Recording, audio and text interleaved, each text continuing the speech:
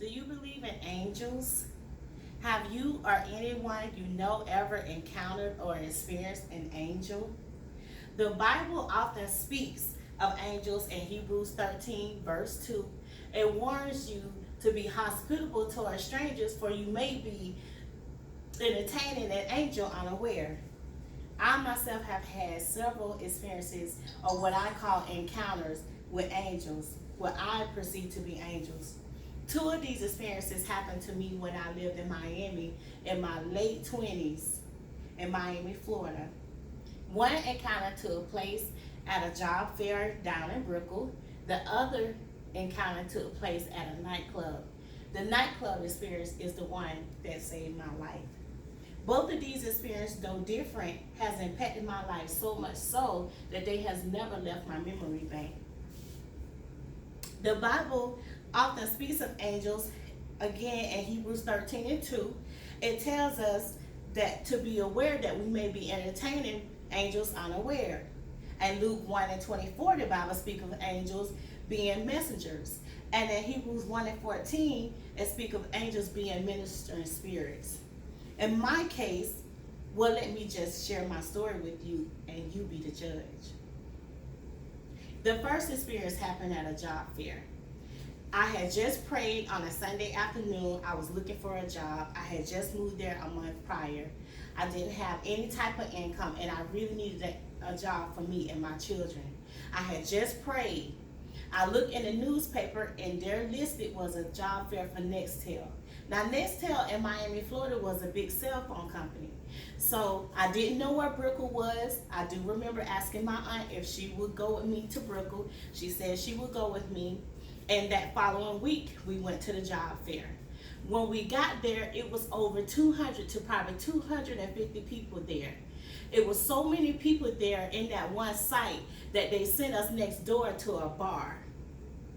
I'll never forget it. My aunt didn't want to go in the bar because her being a woman of God or being saved, she didn't want to go into that location. But I talked her into it because they just wanted us to wait there so they can interview us. I'll never forget, as soon as we entered the door, there was a lady sitting at the bar. This lady didn't know me, I didn't know her, but the lady turned around right on cue as soon as I entered the door and said, "Oh honey, don't worry, you're gonna get a job today. You see those people over there?" She said, "All of them are overqualified, but you will be chosen for a job today." I'll never forget. We went and sat at the table, me not really thinking about her, what she had said to me because I didn't know her. I didn't really think about it until later. I went through 3 interviews. I went through an interview with a lady named Alexandria. The second manager, her name was Barbara. The third, his name was Jabron. He was a general manager. They called us into a room. Out of 200 to 250 people, they chose 9 of us. They came in the room and they told us that out of all those people, we were the one that was chosen. Wow. So you be the judge of whether or not that was an angel. I perceived her to be an angel, but the way she was on cue and she gave me that message. The second encounter was at a nightclub. It was ladies' night on a Wednesday night, and on Wednesday nights you could drink all you want for free up until 12. And that night I was in the club with my sisters, I was in the club with my cousins, and I had been drinking from the time I walked through the door. I'll never forget, my cousin said to me, "No more drinks for you," but she never thought to take me home that night. And so when she told me that I couldn't have any more to drink, I was like, well shoot, I'm going home. And I told all of them, look, I'm going home, I'll see y'all another time. As I was walking out of the back door of the club, there was 2 men standing outside waiting on me. They both had on all white. And I'll never forget, I was walking out the door and a gentleman stopped me and he said to me, "Ma'am, you cannot drive home like that. We're gonna take you home." Now I didn't know these guys, so of course my first instinct was to rebuttal. And I was like, "No, I don't know you." But the guy told me, "We're not gonna harm you, we're just gonna take you home." I remember the guy, he said, "Show me where your car is," and I showed him. I said, "Now what's gonna happen with your friend?" He said, "My friend gonna drive behind us. You're gonna show me where you live." And the guy, he took my keys and he drove me home.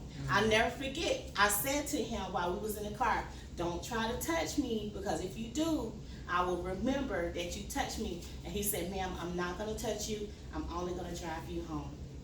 They drove me home, he walked me to the door and rang the doorbell. I went home, I was so intoxicated, I forgot about the event until the next day when I received the call. When I answered the phone, the gentleman, I said, who is this? And the gentleman said to me, I'm your guardian angel. I drove you home last night. Wow. I'll never forget, I did not give this man, I don't remember giving this man my number. I don't even remember giving him my name. But this man knew who I was, and he knew that, of course, he had to drive me home that night. Because that night, I would not have made it because I was that intoxicated. My experience with the angel at the job fair and the two angels at the nightclub were the beginning of many more encounters. In my opinion, angels are expressions of love from God to aid and assist human beings. I find their existence to be intriguing and enlightening, and to encounter and experience an angel on any magnitude is a privilege that should be met with gratitude and thankfulness.